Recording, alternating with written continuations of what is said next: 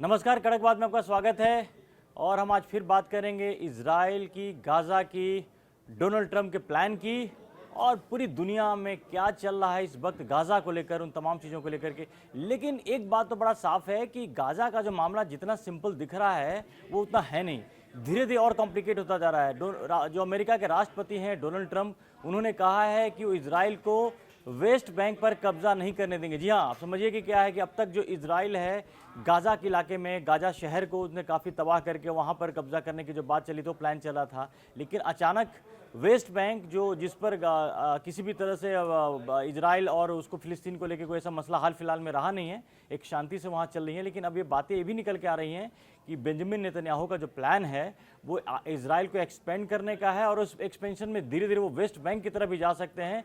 अगर Donald Trump ने ये बात कही है कि वो करने नहीं देंगे, इसका मतलब है कि कहीं ना कहीं प्लान है, तभी तो ये बात हो रही है। क्योंकि इजराइल के कुछ अधिकारियों ने कुछ समय पहले कहा था कि जो इजराइल है वेस्ट बैंक का कुछ हिस्सा जो है उस पर कब्जा करेगा। और बार बार इजराइल तो इस बात के बहाने देता है कि अपनी सुरक्षा के लिहाज से कुछ एरिया पे वो कब्जा करना चाहता है। लेकिन मामला धीरे धीरे, संजय जी देखिए, अब तक तो बात चल रही थी कि पूरी दुनिया ने ये फिलिस्तीन को मान्यता दे दी कि भाई वो देश बनेगा, अलग देश बनेगा। इसमें 150 देश के आसपास के वो, लेकिन फ्रांस, जर्मनी, ब्रिटेन, जो तमाम देश हैं, ऑस्ट्रेलिया, ये कह रहे हैं क्योंकि। लेकिन ये चल क्या रहा है? इजराइल तो अपनी मर्जी से कुछ भी कर रहा है और अब वेस्ट बैंक पर कब्जा करनी है। तो मतलब अब तो ऐसा लग रहा है कि डोनाल्ड ट्रंप का भी ये कहना है कि भाई लक्ष्मण रेखा को मत लांघो, अब जो तमाम जो चीज़ें बहुत हो गया। ये डोनाल्ड ट्रंप की बात है कि बहुत हो गया, बस करो अब। देखिए, पिछले कुछ दिनों से जब से ये पूरा का पूरा कॉन्फ्लिक्ट चल रहा है, मुझको लगता है कि इजराइल और ट्रंप दोनों मिलकर बाकी दुनिया के साथ नूरा कुश्ती खेल रहे हैं। अच्छा, कहते कुछ हैं, करते कुछ हैं। और अब हम आते हैं वेस्ट बैंक पे कि वेस्ट बैंक आखिर है क्या। तो मैं आपसे कहूँगा कि वेस्ट बैंक के 70% इलाके पे एक तरह से लंबे समय से इजराइल का ही कब्जा है। वेस्ट बैंक को 3 हिस्सों में बांटा जाता है, ए, बी और सी। ए वाला जो हिस्सा है उसमें आमतौर पे जो फिलिस्तीनी अथॉरिटी है, अराफात के नेतृत्व में जो बना था, उन लोगों ने उनका वहाँ पे कब्जा रहता है। फतेह, उसका नाम संगठन का नाम फतेह है। उसका उनकी सरकार वहाँ पे चलती है और वो करीब 20% का इलाका है, उस पर पूरी तरह से उनका नियंत्रण है। फिर बाकी बचता है 20% और 20% ऐसा इलाका है जो मिला जुला है, जिसके प्रशासन पे इजराइल कंट्रोल करता है। और 60% का जो इलाका है, आमतौर पे वहाँ पे यहूदी बस्तियाँ हैं और खेती किसानी होती है। वहाँ पर पूरी तरह से ये माना जाता है कि इजराइल ने अपना कंट्रोल कर रखा है। तो एक तरह से अगर आप देखें तो वेस्ट बैंक पे चाहे आप जो कह लें, लेकिन आधे से ज़्यादा कब्जा तो वहाँ पे इजराइल का पहले से है ना। यहूदी बस्तियाँ बनी हैं, नियम कायदे कानून इजराइल के चलते हैं। और उस पूरे एरिया को भी इजराइल ने किसी ज़माने में 64 की लड़ाई थी, उसमें जॉर्डन से जीता था।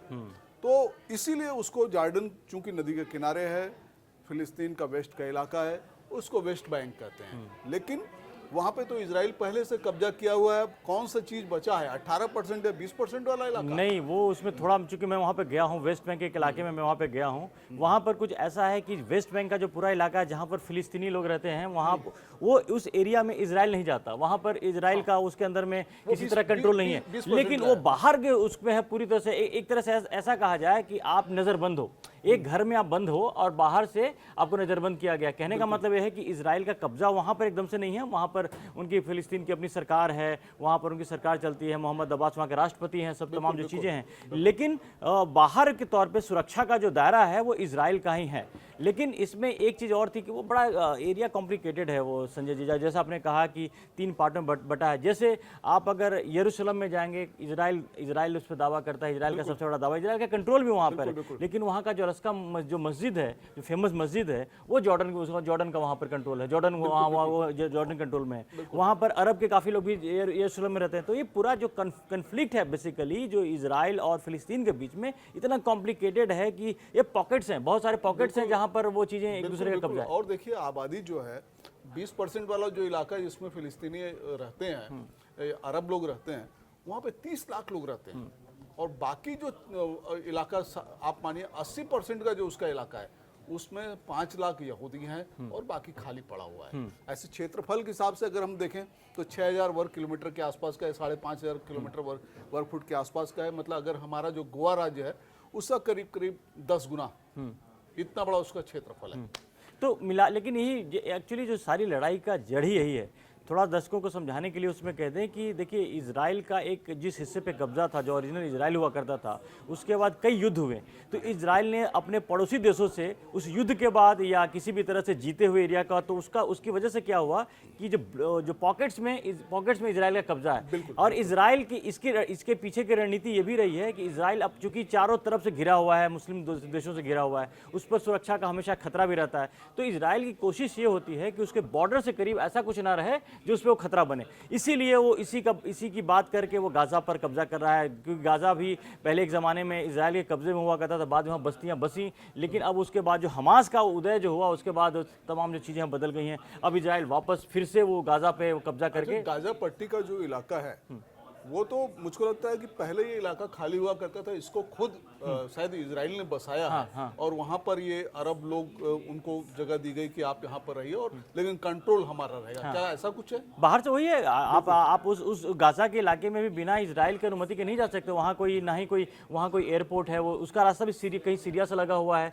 तो आने जाने के जो रास्ते हैं सब पे कंट्रोल इजराइल का ही है। बाहर में सेनाएं इजराइल की होती थी, लेकिन उसका फायदा ये उठाया कि हमास के लोगों ने क्या किया कि उस गाजा पट्टी में बहुत बड़े इलाके में उन्होंने अंडरग्राउंड वो अपना वो बना लिया, और जो तमाम वहीं से हमला करते थे, रॉकेट मारते थे, वहाँ जो भी उन्होंने असला हथियार सब जमा कर रखे थे। इससे इजराइल की बड़ी परेशानी हुई। तो अब जो इस बार जो इजराइल वो तमाम बिल्डिंगों को इसलिए वो कर रहा है, इतने टनल्स वहाँ पे थे, तमाम जो चीजें थी, कहते हैं कि रिकॉर्ड टनल, लेकिन ये यहाँ तक बात होती तो समझ में आती। लेकिन अब इजराइल का इरादा, एक्चुअली हम पहले ही से बात कर चुके हैं कि ग्रेटर इजराइल बनाने की तरफ इजराइल बढ़ रहा है। अब वो उस पर अब डोनाल्ड ट्रंप की नजर पड़ी है, तो डोनाल्ड ट्रंप का ये कहना है कि भैया बस करो, जितना करना था कर लिया। यानी कि डोनाल्ड ट्रंप ये मैसेज देना चाह रहे हैं कि भाई गाजा पट्टी वाला जो इलाका है वहां पर जितना बराबरी कर दिया वो कर दिया, वेस्ट बैंक की तरफ जाने की जरूरत नहीं है।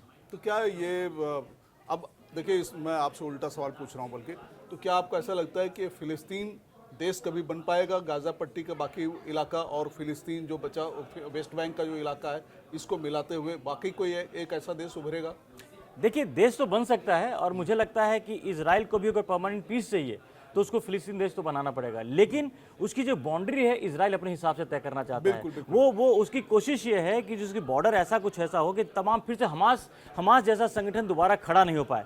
तो इजराइल का कंसर्न नहीं है, इजराइल को वेस्ट बैंक से ऐसा कोई बड़ी प्रॉब्लम नहीं है, क्योंकि वहाँ अगर आप देखिए तो वो जो फतेह है, वहाँ के जो राष्ट्रपति हैं, वो फिलिस्तीन का जो ग्रुप है, वो किसी तरह से ऐसी हरकतें नहीं करता है। लेकिन हमास ने जिस तरह से परेशानी इजराइल के क्रिएट किया है, तो इजराइल फ्यूचर में अपने भविष्य को लेकर चिंतित है, और वैसा नहीं चाहता है कोई इलाका वैसा हो जहां पर उसके लिए दोबारा कोई हमास जैसा संगठन खड़ा हो जाए, खतरा हो जाए वो। बिल्कुल। और दूसरी बात, एक चीज मैं और बताऊं कि फतेह का किसी तरह का कोई तार उसके ईरान से नहीं जुड़े हुए। नहीं, बिल्कुल भी वो अपने आप को एकदम अलग रखता है, और आमतौर पे जो भी मतलब इस तरह की एक्सट्रीमिस्ट चीजें हैं, वहाँ उससे उसका कोई खास लेना देना नहीं है।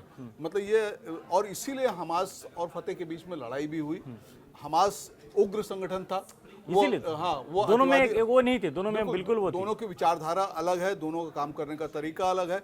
और मुझको लगता है कि वेस्ट बैंक में अभी फिलहाल तो शांति है। हाँ, इसीलिए आपने देखा होगा जो वहाँ के राष्ट्रपति, जो फिलिस्तीन के राष्ट्रपति अब्बास हैं, उन्होंने कुछ दिन पहले कहा भी कि दोबारा हमास खड़ा नहीं। उन्होंने इस बात को फेवर किया, जो इजराइल के जो कंसर्न थे, लेकिन ये भी चाहते हैं कि फिलिस्तीन को एक मुकम्मल राष्ट्र की भी वो दर्जा मिले, ताकि वो लोग जो फिलिस्तीन के लोग भी हैं उनको एक ऐसी जगह मिले जहाँ पर वो खुले रूप से सांस ले सके। वो इलाका अभी देखिए आप कितना, मतलब वो 30 लाख लोग रहते हैं, और उस एरिया में ये कहा जाता है कि मोस्ट पॉपुलेटेड एरिया है वेस्ट बैंक। वो गाजा वाला भी, ये जो हिस्सा था वहाँ भी मोस्ट पॉपुलेटेड एरिया में था। वो तो ऑब्वियस सी बात है कि जब बढ़ाने की बात थी तो इजराइल ने एक तरह से उनको ब्लॉक कर दिया था कि वहाँ पर ठीक है वो रहने के लिए तैयार। लेकिन अभी जो इजराइल का फिलहाल का जो स्टैंड है, थोड़ा वो दिख रहा है कि इजराइल जो का अग्रेसन है, जो इजराइल जिस तरह से वो चीज़ों को आगे बढ़ा रहा है, वो कोई भी शक शुबा छोड़ना नहीं चाह रहा है। 1% भी ऐसा नहीं छोड़ना चाह रहा है कि जो भविष्य में आकर फिर 2023 की तरफ से कोई आक्रमण हो। इसकी वजह से वो जो बाउंड्रीज हैं, बाकी जो तमाम चीज़ें हैं, अपने हिसाब से तय करना चाह रहा है। लेकिन ये प्रैक्टिकल रूप से हो नहीं पाएगा कि सब कुछ इजराइल के मन से हो,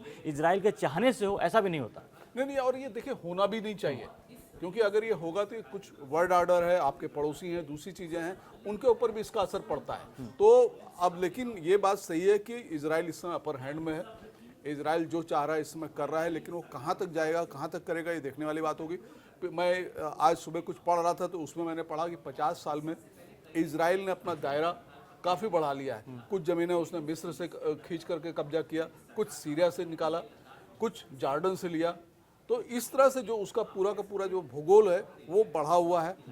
आगे क्या होता है, एक कल्पना परिकल्पना ये भी कही जा रही है, जैसे आपसे बात हो रही थी कि ग्रेटर इजराइल बनाने की प्लानिंग है।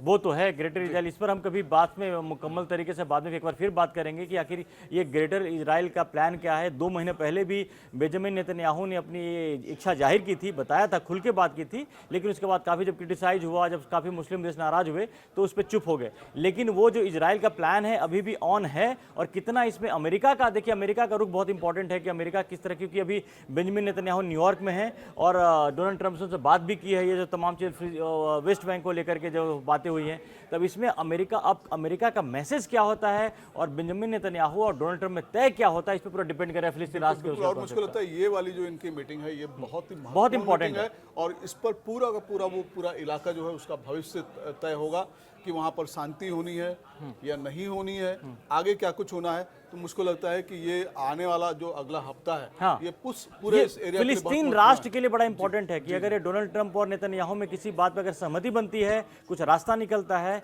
तो फिलिस्तीन के भी राष्ट्र बनने के, जो स्वतंत्र राष्ट्र बनने का जो आगे का रास्ता साफ होगा। लेकिन इसमें एक बात याद रखिए कि चाहे जो बेंजामिन नेतन्याहू चाह रहे हैं, उनका प्लान क्या है, अभी तक वो पूरी तरह से खुल के बातें नहीं की है। अभी तो हमास के नाम पर गाजा पट्टी को उन्होंने खाली कराया है, लेकिन भविष्य में वो क्या चाहते हैं, ग्रेटर इजराइल को लेकर उनके क्या मन में चल रहा है, अब डोनाल्ड ट्रंप और नेतन्याहू के बीच में जो तय होगा उसका सीधा का सीधा असर फिलिस्तीन राष्ट्र के ऊपर पड़ेगा।